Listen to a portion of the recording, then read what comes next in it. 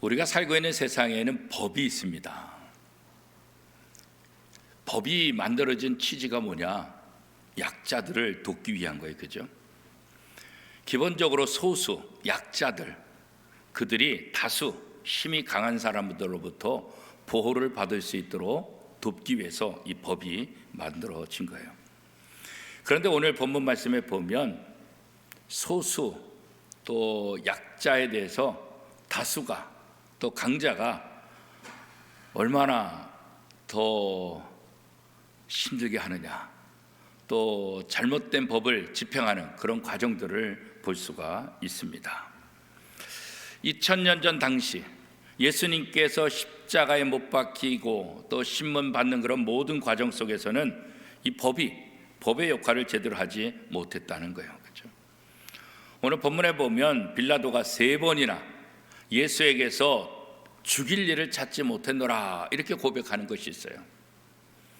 재판하는 재판장이 아무리 생각해도 죄를 발견하지 못한다, 죄가 없다.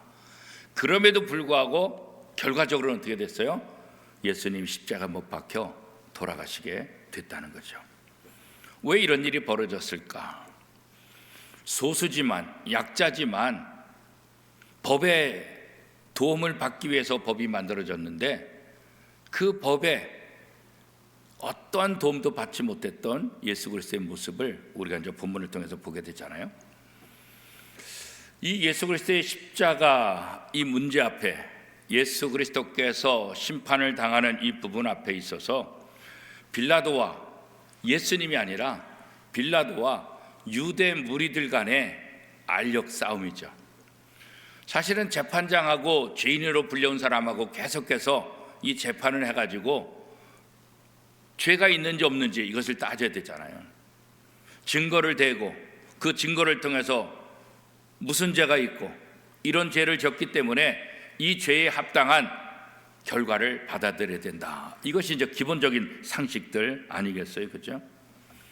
그런데 정작 죄인으로 붙잡혀온 예수님에게는 상관이 없고 이 재판장과 이 예수를 고발한 유대 무리들 이들 속에 힘의 논리로 모든 재판이 진행되고 있는 거죠. 결국 한마디로 결론적으로 말하면 이 빌라도가 3번이나 예수에게서 죽일 일을 찾지 못했노라 고백하면서도 예수를 십자가에 못 박은 그런 가장 비참한 일이 왜 일어났을까? 그건 다른 거 아니에요.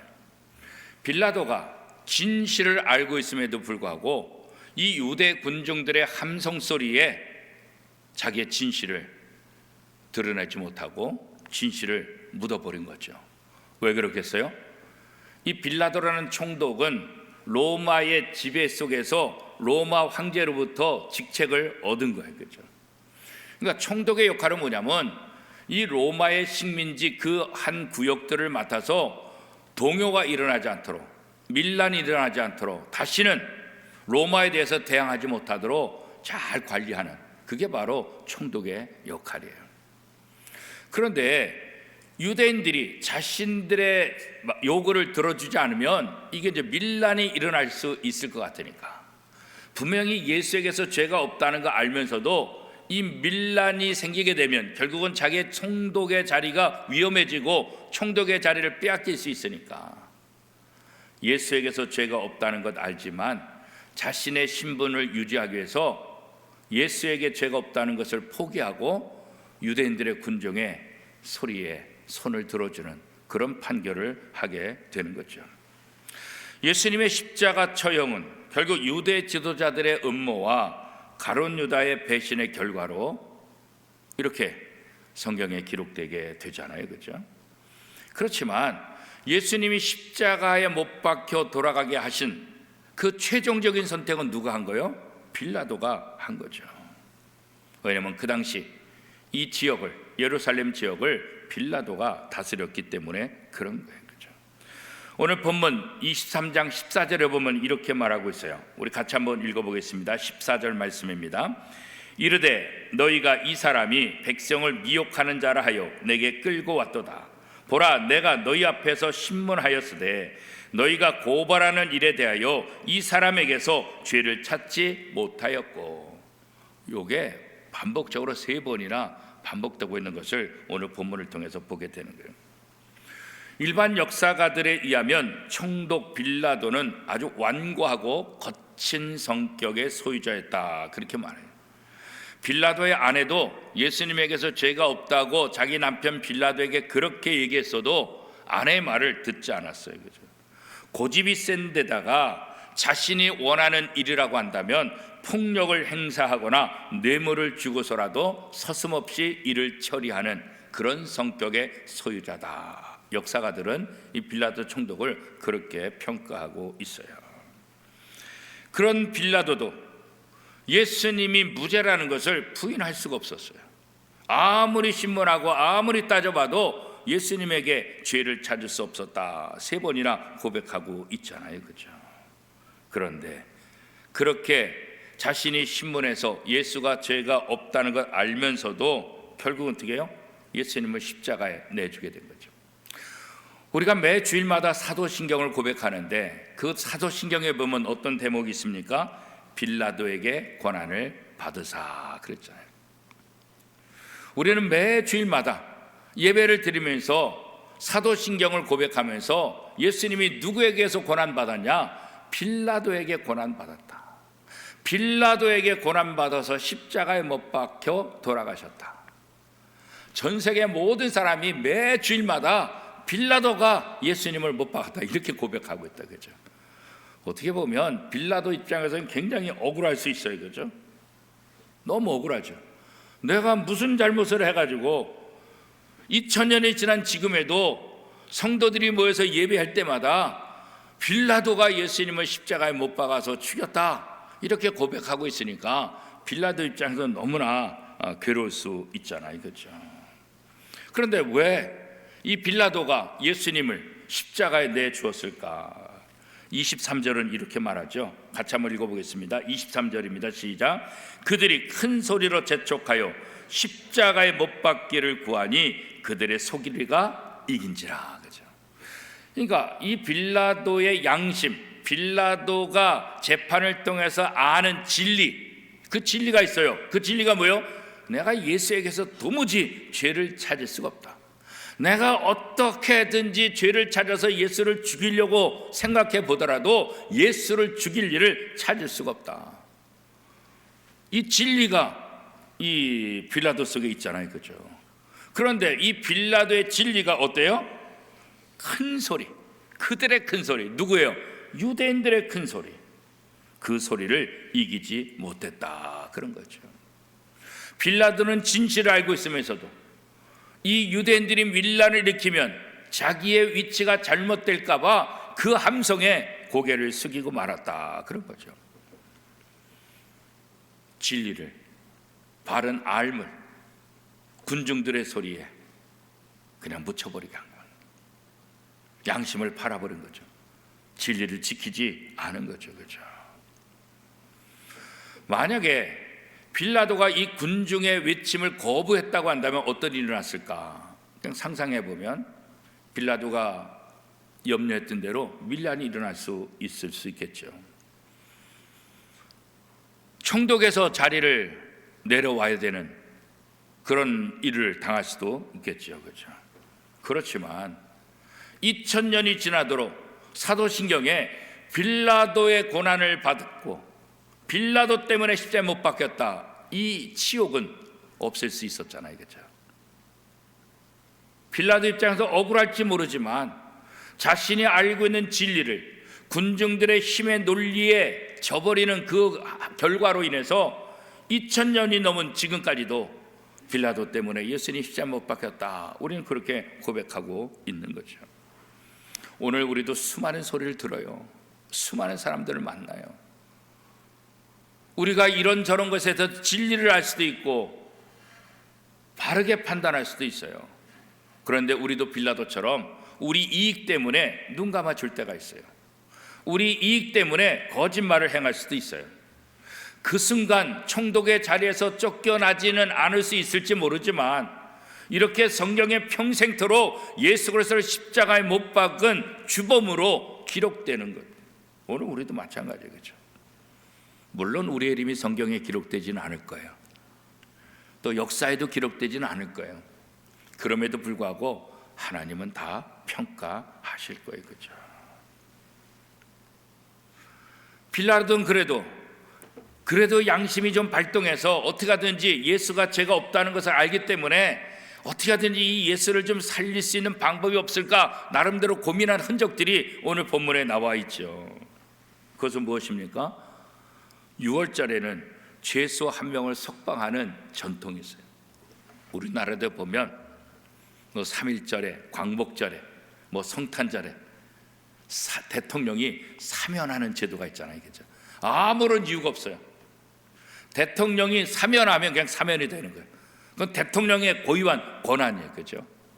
저 사람이 왜 사면받느냐? 그렇게 말할 수 없어요. 이 통치자의 권한이기 때문에 그래요. 바로 2000년 전 당시에도 그런 방법이 있었던 거예요. 매년 6월절 절기만 되면 죄수 중에서 한 사람을 풀어주는, 어떤 죄를 졌다 할지라도 그 한 사람을 풀어줄 수 있는 그런 전통이 있었다는 거예요. 그래서 빌라도는 그걸 생각한 거예요.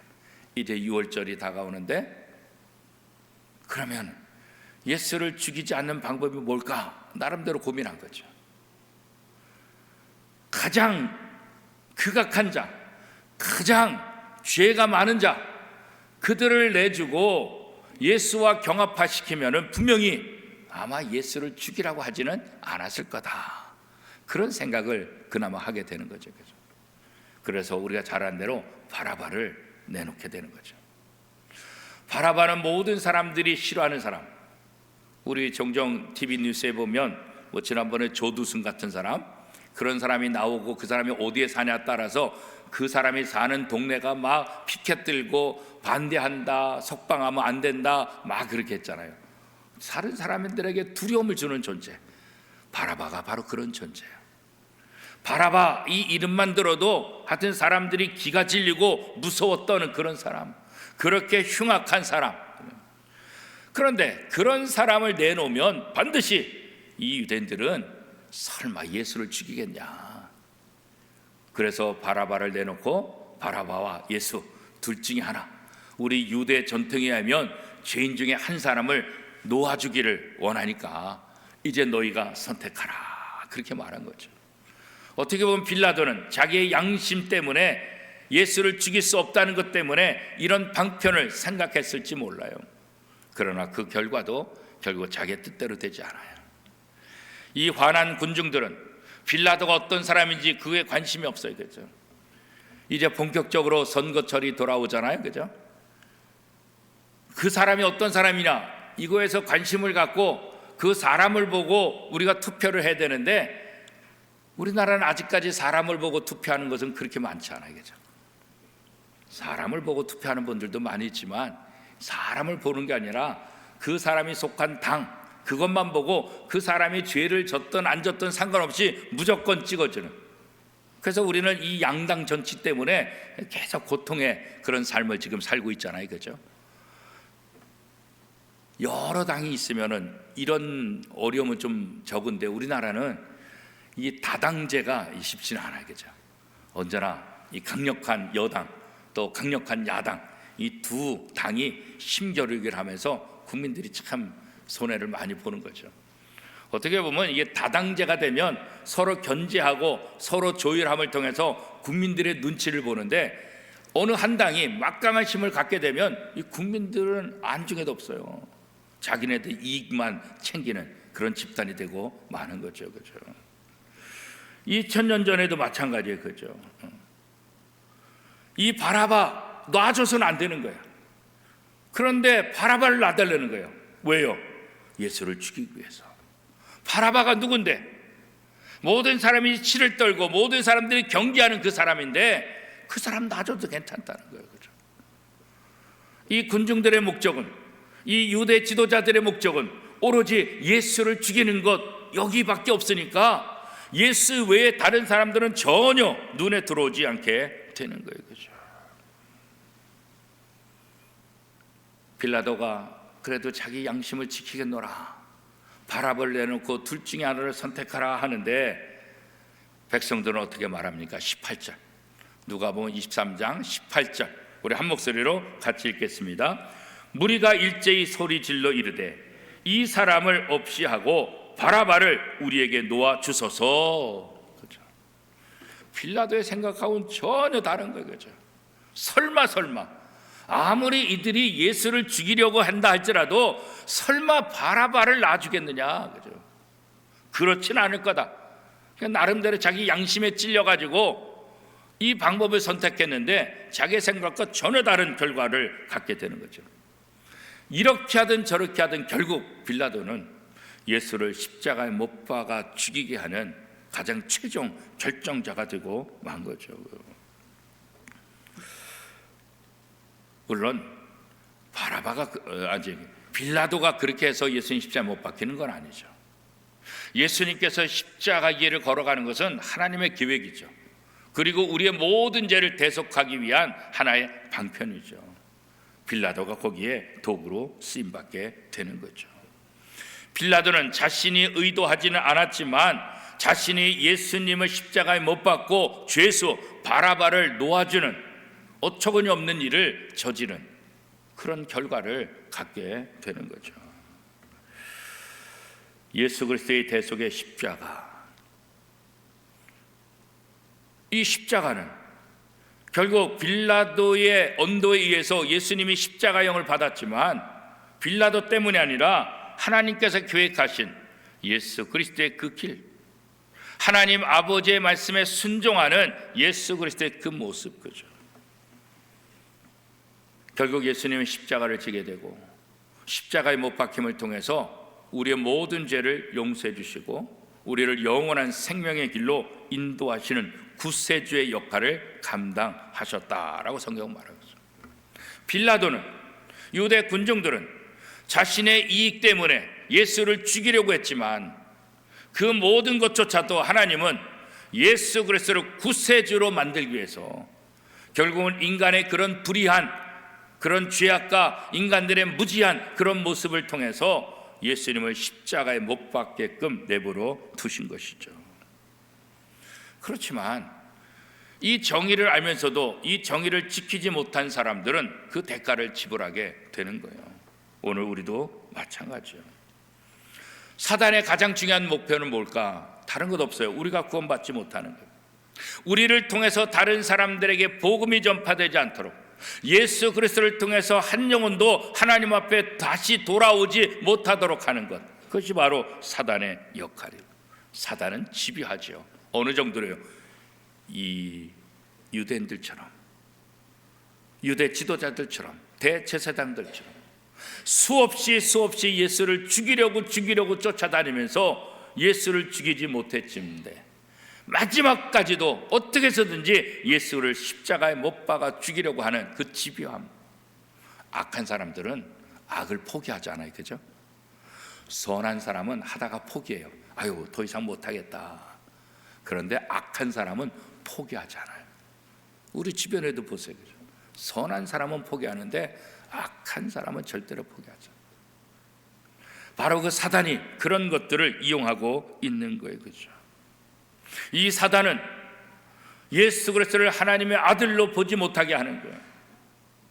예수님은 이 땅의 왕으로 나귀를 타고 종려나무 가지에 환영을 받으면서 예루살렘에 이 땅의 왕으로 사람들에게 환영을 받았지만 사단은 순식간에 그들을 바꿔버리는 거예요.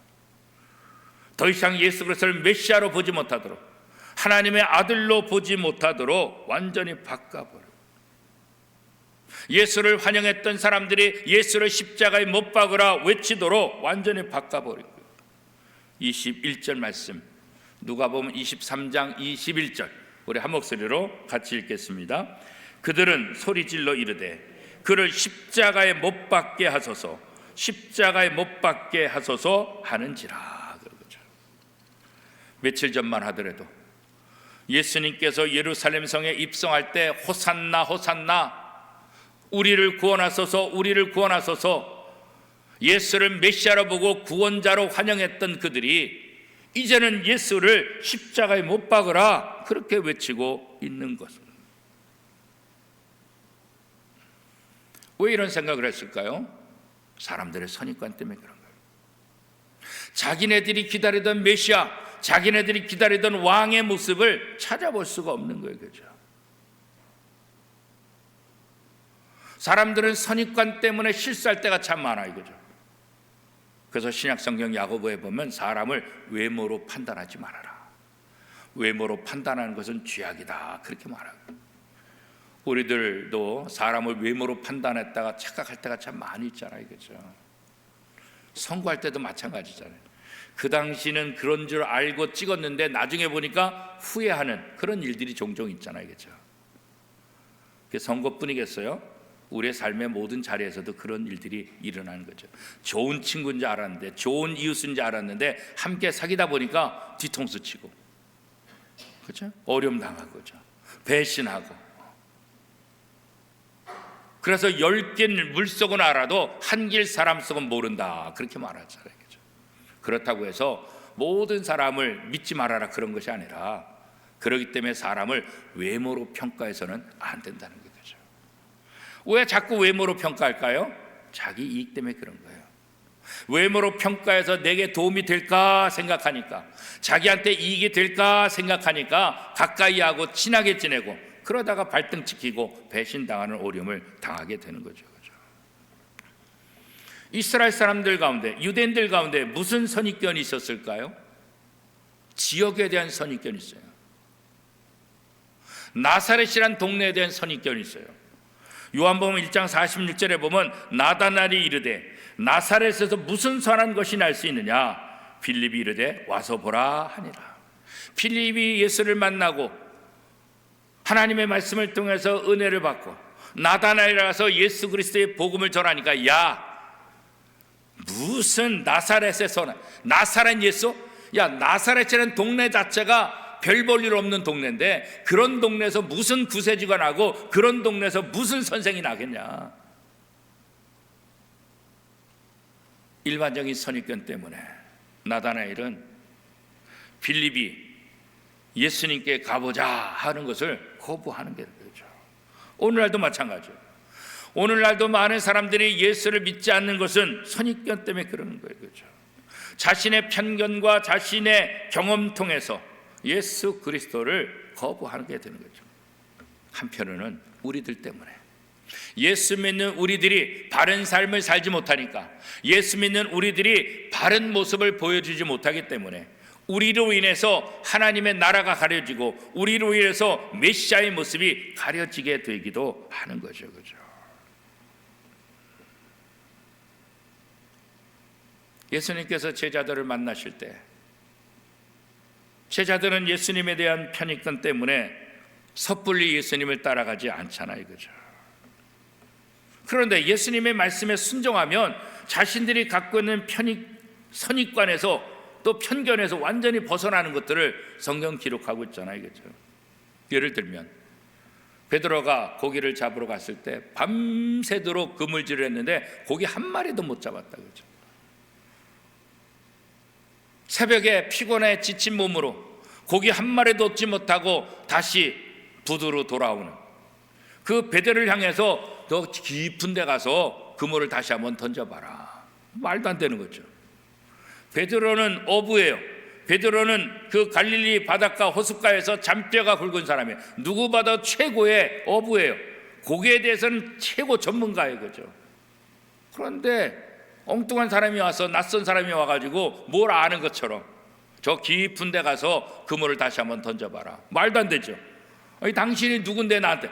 이 바다는, 이 강은 내가 최고야. 나보다 여기 더 잘하는 사람 없어. 내가 여기서 태어났고 내가 수십 년 동안 내가 여기서 어부했는데 당신이 뭔데 나한테 그렇게 말해? 그렇게 말할 수 있어요. 그죠? 그런데 그날따라 베드로는 자신의 경험과 자신의 편견을 내버려 두고 예수님께서 말씀하시는 대로 깊은 데 가서 그물을 던졌더니 놀라운 고기를 잡은 것을 우리는 성경을 통해서 알 수 있잖아요. 그죠? 오늘도 우리의 편견 때문에, 우리의 경험 때문에 기적을 경험하지 못하고 하나님을 보지 못하는 경우가 참으로 많이 있다는 거죠. 이번 고난주간 한 주간은 다른 것 없어요. 우리의 편견을 내려놓는 거예요. 우리의 경험을 내려놓는 거예요. 그리고 오직 하나님의 말씀에 귀를 기울이는 거예요. 내가 하나님의 말씀에 순종해 보겠다. 다시 한번 다짐하는 거예요.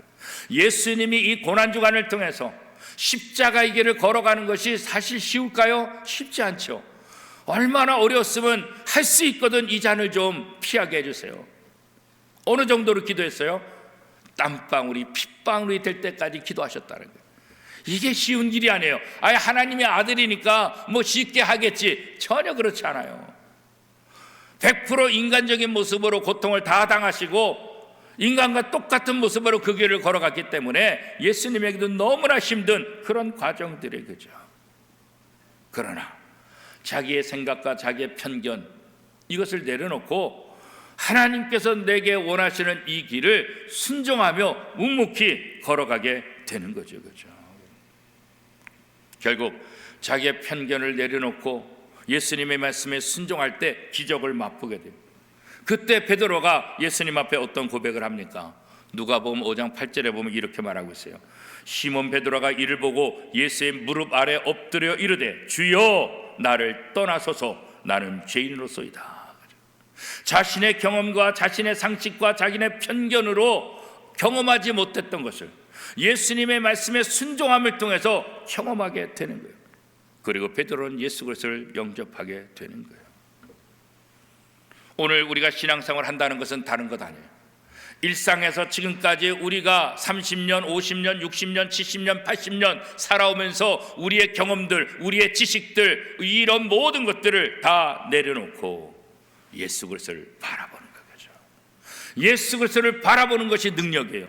예수 그리스도의 말씀에 순종하는 것이 우리에게 능력이라는 것을 예수님의 모습을 통해서 우리가 다시 한번 깨닫게 되는 거예요. 그죠?